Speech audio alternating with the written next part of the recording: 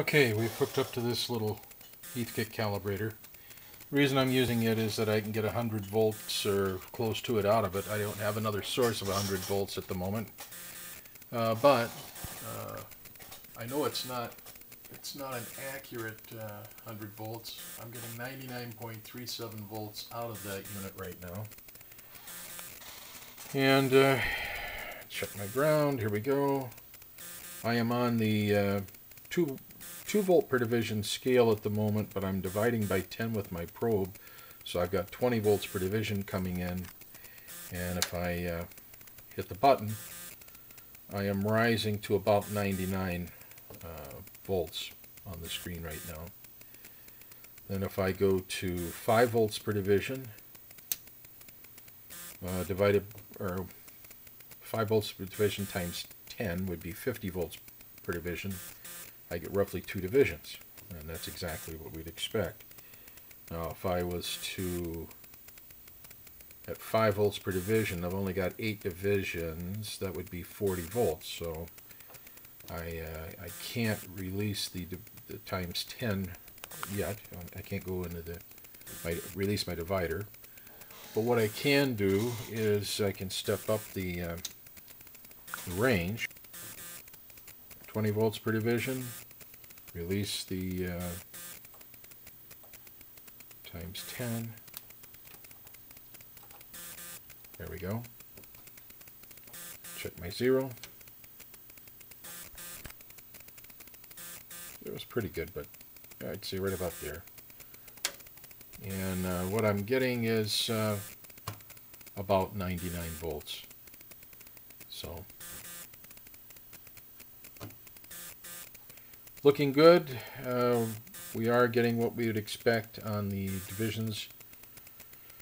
Let's go ahead and take a look at channel B. Okay, we've moved our probe to channel B. We are now set to 20 volts per division, DC. Our ground, we're checking your ground right now. The ground looks good. Eliminating any parallax error here. Go ahead and put her into DC, and I see roughly 98 volts being shown on the screen. And right now, I am showing 98.2 volts on the voltmeter, so we're getting an accurate reading on this. Let's go ahead and divide by 10 again. Alright, and then we will reduce our scale. If we had 100 volts, and we were on 10 volts per division, times 10 would be 100 volts, we get 1 division. 5 volts per division times 10 would be 50 volts per division, so that means 100 volts in 2 divisions. And then 2 volts per division times 10 would be 20 volts per division. And we have roughly 5 divisions, that's roughly 100 volts. Accurately, we're reading about 99 right now. And we are up to 99 on the meter. So, we're doing that right too. Let's go ahead and switch to the analogic for our source of calibration voltage, and we'll go from there. Alright, we are on channel B. We are connected up to the analogic voltage standard again. We are on 1 volt per division, and I'm going to change the input 1 volt at a time. So here's one. Oops, we've got to put ourselves on. Now let's do it. 1.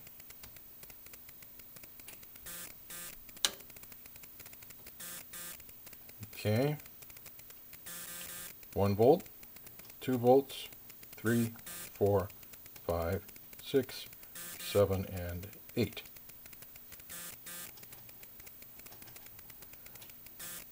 Okay.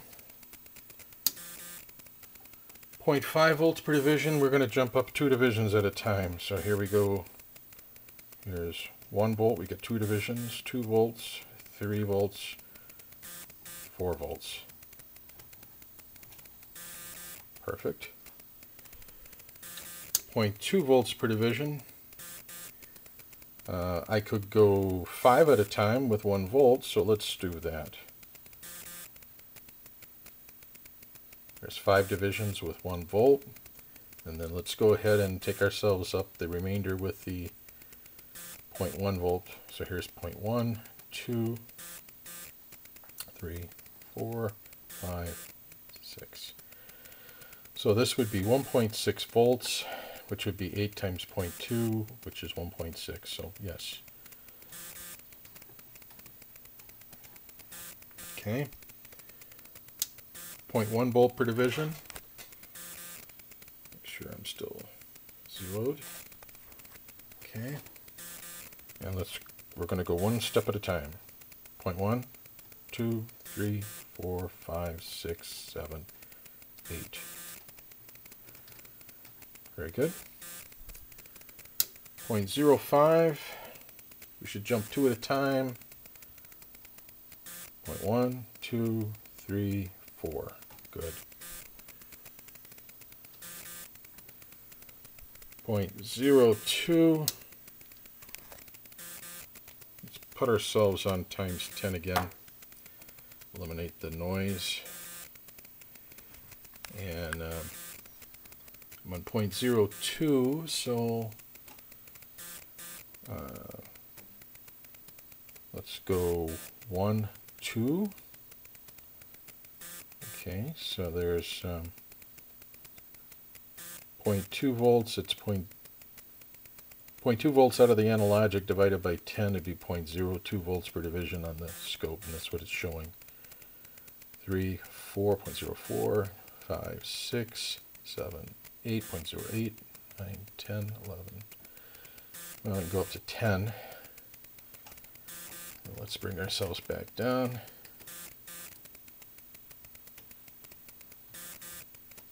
Okay, I jumped up a volt, and then we go on 2, 4, 5, 6.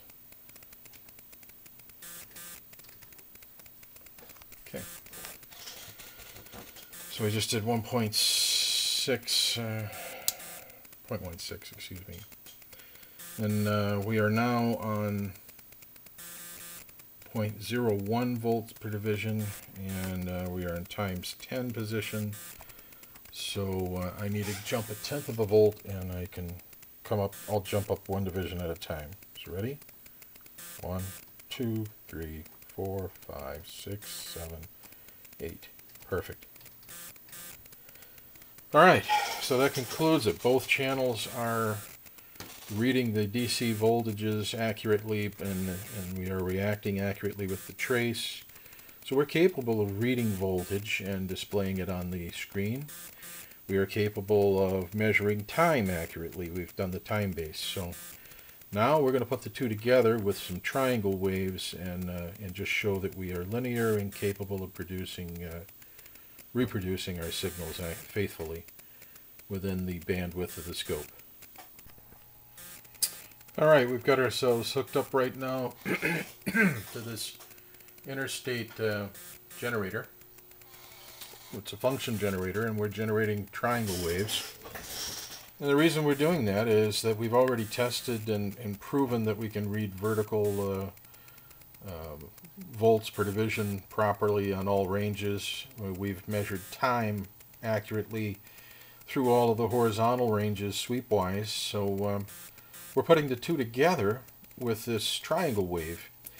And the reason we're doing that is that it's easy to see that a triangle wave is what it is.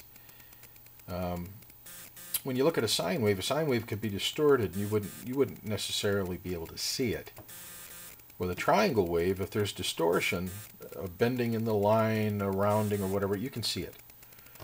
It's not supposed to be there. It's supposed to be a straight line and then another straight line. So if we're doing that accurately at the frequency and voltage that we put in, then we are getting a linear response. Really doesn't matter what voltage we put in, as long as we see a straight line, we know that we are, and we have faith that we are able to reproduce our voltages accurately across the range. Then if I'm getting a straight line, it can do it and is doing it properly for the voltage and frequency we requested.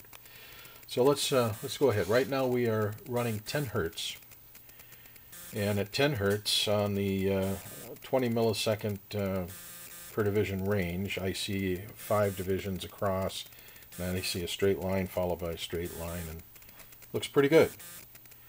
Let's go ahead and kick ourselves up, and we are running now about 100 hertz, and we can increase our range. Just make sure that we have what looks like a triangle wave, and we do. Let's go ahead and kick ourselves up again. Let's go to, that's 10,000 hertz right now. At 10,000 hertz, we still are accurately portraying a triangle. And 100,000 hertz, and then finally a megahertz. If we see if we can get the megahertz here, that would be on the end of our range. And it is displaying an accurate triangle.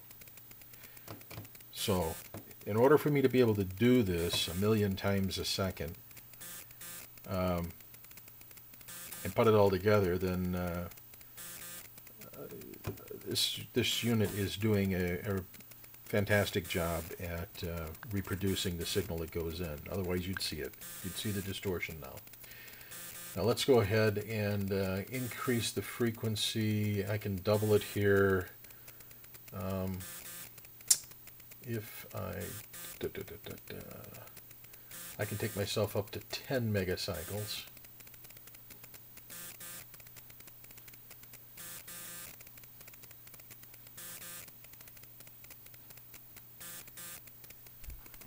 And at this point, I need to pull out the magnification button. Okay, so we're at 10 megacycles right now, and we're just beginning to see the rounding on the tips of the triangle wave, which is the beginning of the distortion I was talking about. And it's because we're approaching the limit of the scope. 15 megahertz limit would be maximum, which would put us right about at that point. So you're looking at 15 megahertz right now. Alright, we're on channel B now, and we're taking a look at the 10 hertz signal, and we have the triangle wave displayed. Everything looks fine. We're going to go ahead and kick ourselves up in frequency. That puts us on 100 hertz right now.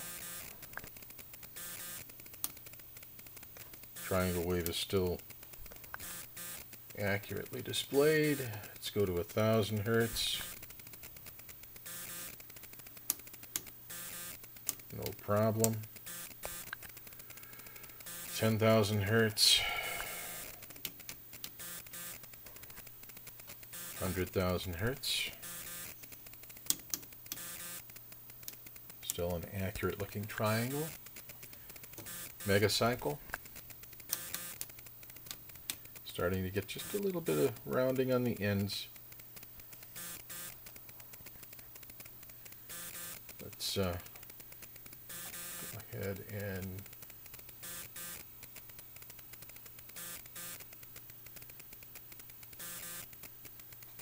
kick ourselves up in frequency here. We'll go for see, we're at 2 times, that's 6 megahertz. 8, this would be 10 here.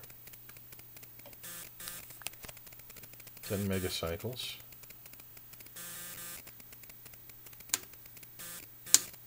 I didn't realize it, but I have my times 10 was on the whole time. Rats. Well, we were able to display the triangle wave in the magnified times 5 position, which if anything would have made things worse for us. I'm not going to redo it. It's accurate. What we're going to do though is we'll take a look here in times 1. That's 10 megacycles. 5 megacycles here would be 10 right there. Okay.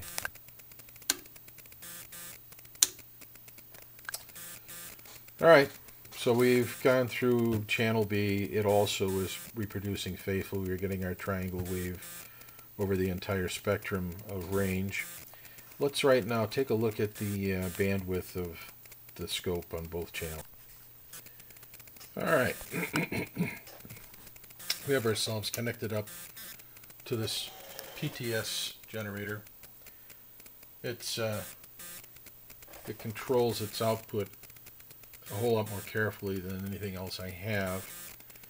And right now we are feeding a signal in at 1 megahertz plus or minus 4 divisions, and we're going to try and figure out what our bandwidth is. So when we fall to 2.8 divisions, we know that's our 3 dB point.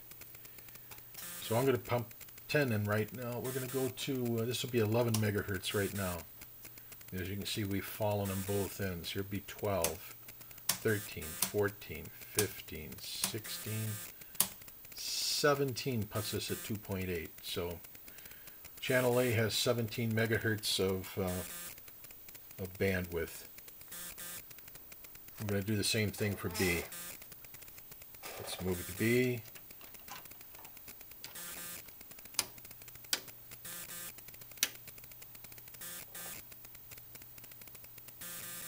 Okay, we're zeroed on B. Source is B. And we're going to take ourselves back to the 1 megahertz point. And go ahead and put us on. Okay, we're plus and minus 4 divisions again. We're going to raise ourselves to 11 megahertz, 12, 13, 14, 15, 16, 17. So we've hit our 3 dB point at 17 again on channel B. So we're 17 megahertz on channel A and B in bandwidth. Great, thank you. Okay, we're at the point where I show you all the extras. We have a nice set of probes that will come with this. We have an excellent service manual. Takes you through theory of operation, calibration, has some 11 by 17 drawings of the circuitry. So wonderful thing to have on your bench when you need it. The probes are worth somewhere around $15 to $20. You won't have to buy those, and you'll have this great scope if you win it. So good luck. Thank you for listening. Bye.